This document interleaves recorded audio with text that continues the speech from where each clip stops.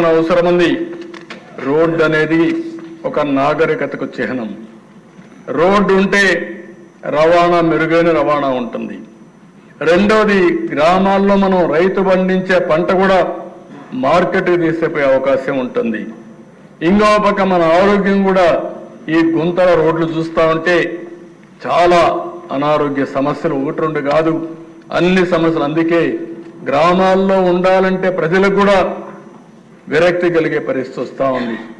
అందుకనే ఇవన్నీ కూడా చేయాలనే ఉద్దేశంతో మొన్ననే కొంతవరకు రోడ్లన్నీ, గుంతలన్నీ క్లీన్ చేయాలని 860 కోట్ల రూపాయలు శాంక్షన్ చేసి సంక్రాంతికంతా గుంతలు లేని రోడ్లు తయారు చేయాలని ఒక సంకల్పంతో ముందుకు పోతున్నాం. పార్ట్ హోల్స్ ఫ్రీ రోడ్స్ తయారు చేస్తాం. అయితే అధ్యక్ష, ఇక్కడ మళ్ళీ ఒకసారి చెప్తున్నా, దీంతోనే సమస్య పరిష్కారం కాదు. ఇంకా చాలా రోడ్లు ఉన్నాయి.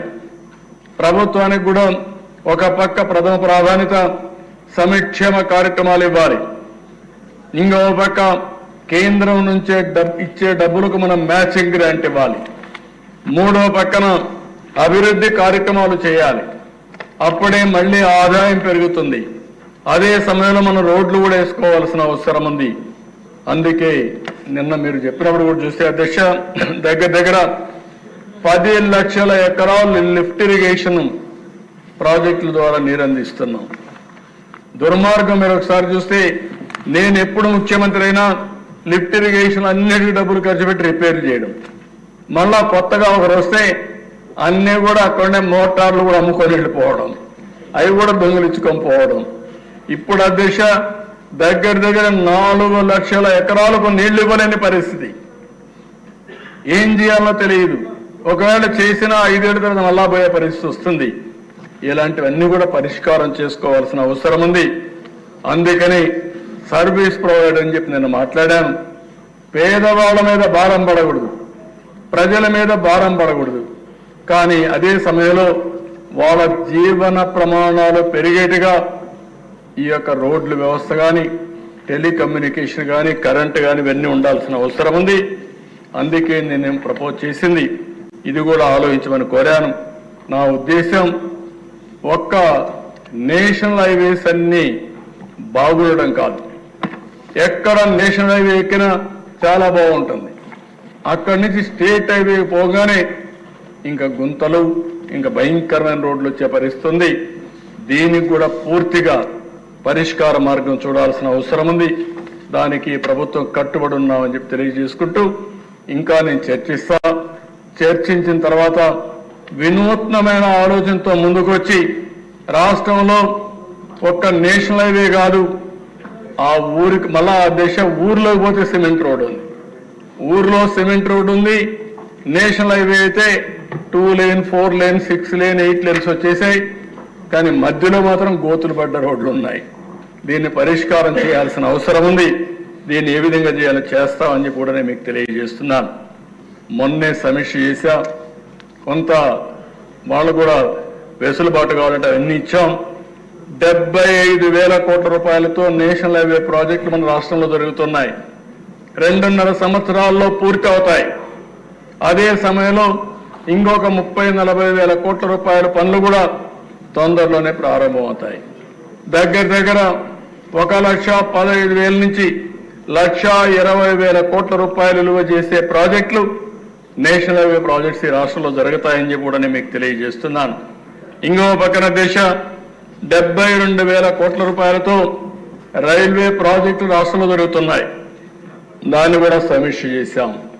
రైల్వే స్టేషన్స్ ఆధునీకరణ కానీ, ఎక్కడైనా మనకుంటే ఫ్లైఓవర్స్ కానీ, అండర్ పాస్లు కానీ, ఇంకొక కొత్త రైల్వే లైన్ కానీ, ఇవన్నీ కూడా శ్రీకారం చుడుతున్నాం.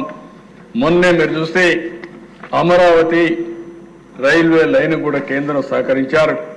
దానికి కూడా వారికి మనస్ఫూర్తిగా అభినందనలు తెలియజేస్తున్నానని మీ ద్వారా తెలియజేస్తున్నాను అధ్యక్ష. ఇది కాకుండా అధ్యక్ష, ఈరోజు ఎన్డీఏ కూటమి జాబ్ ఫస్ట్, ఉద్యోగ కల్పన మా విధానం అని చెప్పి చాలా స్పష్టంగా చెప్పాం. అందుకే ఈ ప్రభుత్వం వచ్చిన మొదటి సంతకం మెగా డిఎస్సి 16,347కు సంతకం పెట్టాం. ఇంటర్వ్యూలు కూడా పిలవడానికి సిద్ధంగా ఉన్నాం. కొంచెం రిటర్న్ ఎగ్జామ్ టైం కావాలంటే ఆ టైం ఇచ్చాం. ఇది వస్తానే ఇమ్మీడియట్ గా ఇంటర్వ్యూస్ కూడా పూర్తి చేసి వీలైనంత తొందరలో 16,347 ఉద్యోగాలు ఇవ్వడానికి మెగా డిఎస్ ద్వారా ఇవ్వడానికి ముందుకు పోతాం అధ్యక్ష. అదే మరిగా అధ్యక్ష, నిన్నే మీరు చూస్తే ఒక 25 పాలసీలు తీసుకొచ్చాం. 25 పాలసీల్లో industrial development policy, MSME policy, food processing policy, electronic policy, private parks policy, clean energy policy, semiconductor policy, drone policy, data centre policy, ఇలాంటి పాలసీలన్నీ కొన్ని తీసుకొచ్చాం. ఈరోజు కేబినెట్లో మళ్ళీ టూరిజం పాలసీ కూడా తీసుకొస్తాం. మొట్టమొదటిసారిగా టూరిజానికి ఇండస్ట్రీ స్టేటస్ ఇచ్చి రాబోయే రోజుల్లో ఎక్కువ ఉపాధి కల్పన టూరిజం ద్వారా జరుగుతుంది. దీనికి శ్రీకారం చుడుతున్నామని చెప్పి కూడా నేను మీకు తెలియజేస్తున్నాను. ఇవన్నీ వస్తే అధ్యక్ష తిరిగి పరిశ్రమలు ఇక్కడికి వస్తాయి. నిన్నే మీరు చూశారు, ఎస్ఐపివి మీటింగ్ పెట్టుకున్నాం. నేను డిప్యూటీ సీఎం మంత్రులందరం దగ్గర 85,000 కోట్ల రూపాయలు పెట్టుబడులకు క్లియరెన్స్ ఇచ్చాం. 35,000 ఉద్యోగాలు వచ్చే అవకాశం ఉంది. దానికి నిన్నే శ్రీకారం చుట్టాం. ఇది కాకుండా అధ్యక్ష నేను ఇవే కాకుండా ఇంకా కొన్ని ఉన్నాయి. అవన్నీ మీరు చూస్తే దగ్గర ఏపీఐఐసి ల్యాండ్ అలాట్మెంట్ దగ్గర 3,500 కోట్లకి ఇచ్చారు. దీనివల్ల 9,573 ఉద్యోగాలు వస్తాయి. నిన్న మేము చేసింది ఎస్ఐపిబి ఇన్వెస్ట్మెంట్లు 85,000 కోట్లు చేశాం. దగ్గర 34,000 ఉద్యోగాలు వస్తాయి. ఇంకొక పక్కన ఏదైతే ఎన్హెచ్పిసి ఎన్టీపీసీ ఏదైతే ఉందో ఆ ఎన్టీపీసీ ఈ నెల 29వ తారీఖున ప్రధానమంత్రి గారు ఫౌండేషన్ ఇస్తున్నారు. ఎన్టీపీసీ జెన్కో జాయింట్ వెంచర్ 50-50 ఇది ఇద్దరు కలిసి 1,00,000 కోట్ల రూపాయలు పెట్టుబడులు విశాఖపట్నంలో పెట్టబోతున్నారు. ఇది కాకుండా ఇంకో పక్కన రిలయన్స్ బయోఫ్యూయల్స్ కింద 65,000 కోట్ల రూపాయలు పెట్టడానికి ఒక్కొక్క ప్లాంట్కి 135 కోట్లు పెడతారు. దీనివల్ల 500 ప్లాంట్లు పెట్టి 2,50,000 మందికి ఉద్యోగాలు వస్తాయి అధ్యక్ష. ఇది కాకుండా మల్లవల్లి డిస్ట్రిక్ట్ ఇండస్ట్రీ దీనికి ఇచ్చాం. వాళ్ళు 30,000 ఉద్యోగాలు క్రియేట్ చేసే పరిస్థితిలో ఉన్నారు. ఇంకో పక్కన మీరు చూస్తే అధ్యక్ష ఎనర్జీ సెక్టర్లో 11,900 కోట్ల రూపాయలు పెట్టుబడి పెట్టి 6,075 మందికి ఉద్యోగాలు వచ్చే పరిస్థితి వస్తుంది. ఇవన్నీ చూస్తే ఇంకా మనం చేయాలని చాలా ఉంది. కానీ దగ్గర 3,78,000 కోట్ల రూపాయలతో 3,73,539 మందికి ఉద్యోగ కల్పన కోసం ముందుకు పోయాం. నేను అందుకనే అధ్యక్ష మొన్న కూడా మీరు చూస్తే పాలసీలో చాలా స్పష్టంగా చెప్పాం. ఆ పాలసీలో మీరు చూస్తే ఎవరైనా ఉద్యోగాలు ఎక్కువ ఇస్తానంటే వాళ్ళకి ఎక్కువ ఇన్సెంటివ్స్ ఇస్తున్నాయి. దేశంలో ఫస్ట్ టైం ఉద్యోగానికి ప్రత్యేక వెయిటేజ్ ఇచ్చి ఉద్యోగ కల్పన కోసం ప్రాధాన్యత ఇచ్చి ఇన్సెంటివ్స్ ఎక్కువ ఇచ్చినటువంటి ఏకైక ప్రభుత్వం ఆంధ్రప్రదేశ్ ఎన్డీఏ ప్రభుత్వం. దీనికి ప్రత్యేకమైన పాలసీలు తీసుకొచ్చామని చెప్పి కూడా నేను మీకు తెలియజేసుకుంటున్నాను.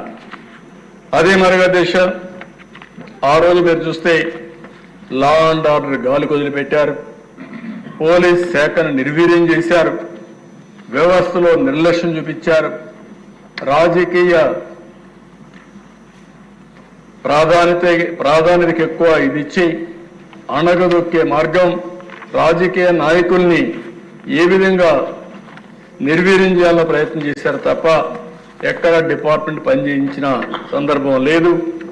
ఇంకో పక్కన మీరు చూస్తే గంజాయి విపరీతంగా రావడం, డ్రగ్స్ రావడం, లా అండ్ ఆర్డర్ పతనావస్థకి వెళ్ళిపోయింది. ఈ సందర్భంగా ఇక్కడుండే మెంబర్స్ అందరినీ ఒకటే కోరుతున్నా, ఎక్కడ పోయినా లా అండ్ ఆర్డర్ గురించి మీరు మాట్లాడాలి. ఆడబిడ్డల అత్యాచారం చాలా నీచం, చాలా బాధేస్తుంది. నేను ఒకే మాట చెప్తున్నాను, మర్యాదగా చెప్పాం, పదే పదే చెప్పాం. ఒక పక్క ఎడ్యుకేట్ చేస్తాం, ఇంకో పక్క వార్నింగ్ కూడా ఇస్తున్నా. ఎవరైతే ఆడబిడ్డల జోలికి వస్తారో కబద్దార్ జాగ్రత్తగా ఉండి ఏం చేయబోతామో చేసి చూపిస్తాం. మొహమాటం మాత్రం లేదు.